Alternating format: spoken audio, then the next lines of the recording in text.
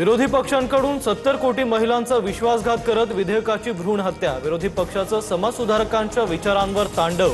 पत्रकार परिषदेतून मुख्यमंत्री फडणवीसांचा हल्लाबोल।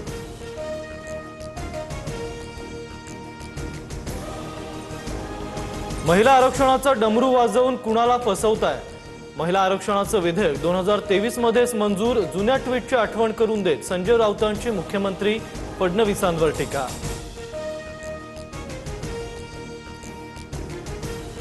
काँग्रेस, ठाकरे सेना आणि पवारांच्या राष्ट्रवादीचा महिला विरोधी चेहरा उघडा पाडू। मुख्यमंत्र्यांचा घणाघात। महिला आरक्षणासाठी 1 कोटी महिलांच्या सह्या गोळा करणार। फडणवीसांकडून राज्यव्यापी जनजागृतीचा निर्धार। डिलिमिटेशन आणि महिला आरक्षणाचा संबंध काय? सुप्रिया सुळेंचा फडणवीसांना सवाल। तर फडणवीस अभ्यासू नेते, त्यांना दिल्लीवरून दबाव असेल।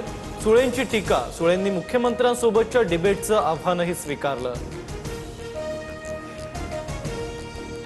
निवडणूक आयोग म्हणजे भाजपचा पदाधिकारी। ज्ञानेश कुमारांच्या घरावर भाजपचा झेंडा फडकतोय। संजय राऊतांची केंद्रीय निवडणूक आयोगावर टीका।